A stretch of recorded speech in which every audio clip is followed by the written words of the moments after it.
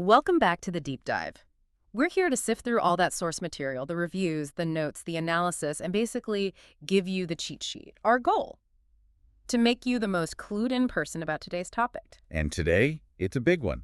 We're tackling Jennifer L. Armentrout's The Primal of Blood and Bone. That's right, book 6 in the Blood and Ash series. It's huge, it's anticipated, and it's book 6. Which presents a unique challenge, doesn't it? You can't just summarize book 6 of a saga like this. It's more about understanding its place in the whole structure. Exactly. There's, 5 books of dense history and character arcs leading up to this point? A massive foundation. So our mission today is pretty clear. We need to pull out the key developments from your sources, really nail down the core themes of this specific book, and talk about what it actually feels like to read it. Especially for someone who's already invested, yeah. And we know, based on the notes, it picks up right after that huge transformation Poppy goes through at the end of book 5. Right, immediately after, no time jump. Okay, let's dive right in there then, because the title itself, The Primal of Blood and Bone, that seems to be the absolute center of everything now. It really is. The sources confirm, like the whole narrative orbit shifts. It's all about Poppy stepping into this role, this primal power. So it's not just a new title for her. It fundamentally changes the game. Oh, completely. It's described as a seismic shift. The stakes instantly go up. The whole structure of the conflict changes. And the sources say this kicks off a whole wave of new challenges, new revelations. Immediately, yeah. We're moving past, the previous political struggles. Yeah. This is more existential. Ancient powers waking up, old enemies coming back into play. Okay, ancient powers stirring, old enemies resurfacing. That sounds pretty epic scale. The world itself is reacting. Precisely. The threat level is just different now. But what the sources really dig into, which I find fascinating, is the internal shift for Poppy. How so? Well, it's less about just fighting enemies and surviving, and more about the morality of wielding the kind of power she now has. And it's a whole new minefield. Right, a moral minefield. Because the earlier books, they tested her in different ways: loyalty, finding her identity, just sheer resilience. Uh-huh. So how does being a primal change the kind of tests she faces in this volume? It elevates everything. We're talking about choices with, cosmic consequences now. Not just difficult decisions, but genuine sacrifices, existential trade-offs. So the core themes are destiny, sacrifice. And the sheer complexity of power. The sources are really clear. The main conflict isn't just an external bad guy anymore. It's about how she chooses to use or not use these incredible, almost godlike abilities. And the analysis points to Armentrout really exploring the ethical side of that. Very much so. It focuses on the moral center, the portrayal of the compromises someone with that kind of authority might have to make. It's apparently quite nuanced and thought-provoking. So it's not black and white anymore, like good versus the ascended. Exactly. It's much grayer. When you hold that kind of power, what are the necessary evils? What are the unintended consequences? How do you protect people without becoming a tyrant yourself? That's the struggle. Okay, so it's less about a simple corruption arc and more about the weight of responsibility, a necessary evil kind of path. That seems to be the consensus from the sources, yes. A necessary evil path, but one that causes real internal turmoil for her. It puts immense strain on her core relationships, especially with Casteel and Kieran. Because the trust has to evolve, right? If she can reshape reality or wipe out enemies instantly, the restraint becomes the key tension. What happens if she slips? What are the consequences of even a small mistake with that much power? Staying true to herself while managing this immense force, that's the heart of it. That makes a lot of sense. And if the conflict is rooted in that kind of cosmic power and its moral cost, then the world itself needs to match that scale. Absolutely. You can't have these stakes without expanding the playground, so to speak. Which brings us to the world building. And Armentrout doesn't hold back there, does she? Not at all. The sources say she really doubles down, expands the universe significantly, new realms, new gods or deities, ancient mythologies popping up that maybe weren't even hinted at before. Is it just like adding cool new stuff, or does it serve the plot? Oh, it serves the plot. The analysis is firm on that. This isn't just window dressing.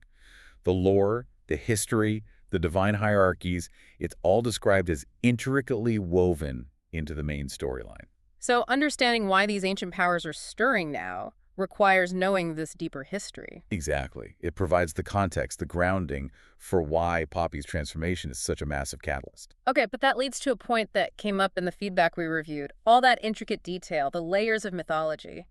Some readers found it a bit much. The word dense came up heavy even. Yeah, that's a common point with epic fantasy, isn't it? The density factor. Or how does the analysis square that? Is it too much or is it needed? The takeaway seems to be that you have to see the density as necessary depth. It's the classic trade-off. Yeah. Yes, Book 6 carries a lot of accumulated lore. But the sources really emphasize that this depth is, and I quote, undeniably essential for the kind of immersive experience Armentrout is aiming for. So it's not really a bug, it's a feature. Mm. The density is the cost of entry for this really deep layered world. That's a good way to put it. You pay with attention, with absorbing the details, but the payoff is meant to be a world that feels ancient and real. You need that foundation for the big moments to land properly later. Precisely. You can't just drop in a universe-shattering event without laying the groundwork for why it's shattering. It's like building something complex. The setup might feel slow, but it's crucial for the final structure. That's a helpful analogy. And speaking of slow setup, that connects directly to the pacing, right? The overall structure and speed of the story in this book. Yes.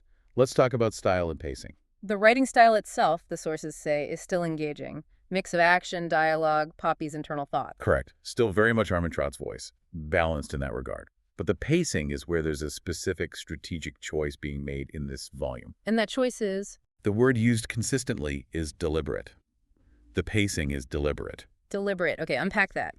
Does deliberate mean slow? Because that's sometimes how readers interpret it. It can feel slow, potentially. That's the risk highlighted in the analysis. If you're expecting the breakneck speed of some earlier parts of the series, this might feel different. So why do it? What's the payoff for that deliberate pace? The rationale presented is that it's necessary to properly explore those really complex themes we discussed, the morality of power, the internal struggles, and also to give the character arcs room to breathe. Letting Poppy actually process becoming a primal, letting her relationships adjust. Exactly. Giving those developments the emotional space and weight they deserve. If you rush through her grappling with these immense powers or skip past the conversations needed to reestablish trust, the impact is lessened. So if you're reading and it feels like it's slowing down, you should think of it as the story pausing to let something important land. That's the idea. The deliberate pace ensures that when the big reveals happen or when the ethical dilemmas come to a head, they feel earned and significant. It builds the foundation for those moments to resonate deeply. Okay, that makes sense. It's about ensuring the payoff matches the setup. Right. Building that richly layered story requires that kind of focused attention, both from the author in writing it and the reader in experiencing it. Which brings us neatly to the final takeaways. The practical stuff for you, the listener, thinking about diving into this book. Yeah, some key considerations. We've hit on the density, the complex themes, the deliberate pace, but the number one thing, logistics-wise. Cannot stress this enough. Yeah. This is book 6. You absolutely cannot start here. Newcomers are going to be completely lost. Utterly. The book assumes you know the world, the history, the characters, the relationships, built over 5 previous, often very long, books. There are no recaps, no hand-holding. You need that foundation we talked about. And it's not just about having read the other books, right? The way you read this one matters too. Yes. The sources mention it requires attentive reading. You can't really skim this one. Because of the intricate world building, the complex emotional arcs. Both. If you skim, you'll miss crucial details about the lore or misunderstand the nuances of the character relationships and Poppy's internal journey.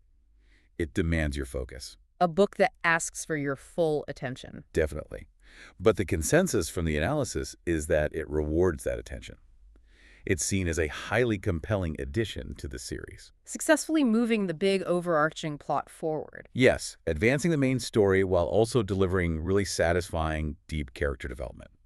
It manages that tricky balance. So a blend of action, emotion, and that deep lore we discussed. It sounds like it delivers on the promise of raising the stakes for book 6. Raising them both externally, with the bigger threats, and internally with Poppy's moral journey. Okay, so wrapping this up for you, the listener, we've synthesized the analysis. The core strategic insight seems to be this trade-off. The Primal of Blood and Bone offers deep complexity and immersion. But it demands a real investment. Prior knowledge is non-negotiable, and you need to be prepared for that dense world-building and deliberate pace. So the final question for you to think about is, how much are you willing to invest for that kind of deep, richly layered narrative payoff? How much deliberate pacing and background reading are you up for to get that total immersion? Yeah, it makes you think, doesn't it? In a world geared towards quick consumption, What value do we place on stories that demand we slow down and pay close attention? Are the most rewarding reads often the ones that ask the most of us? Something to definitely mull over. But for now, you've got the essential knowledge from the sources, the critical analysis, the strategic understanding of what the primal of blood and bone brings to the table. You're prepped for the deep dive. Exactly. Thanks for joining us.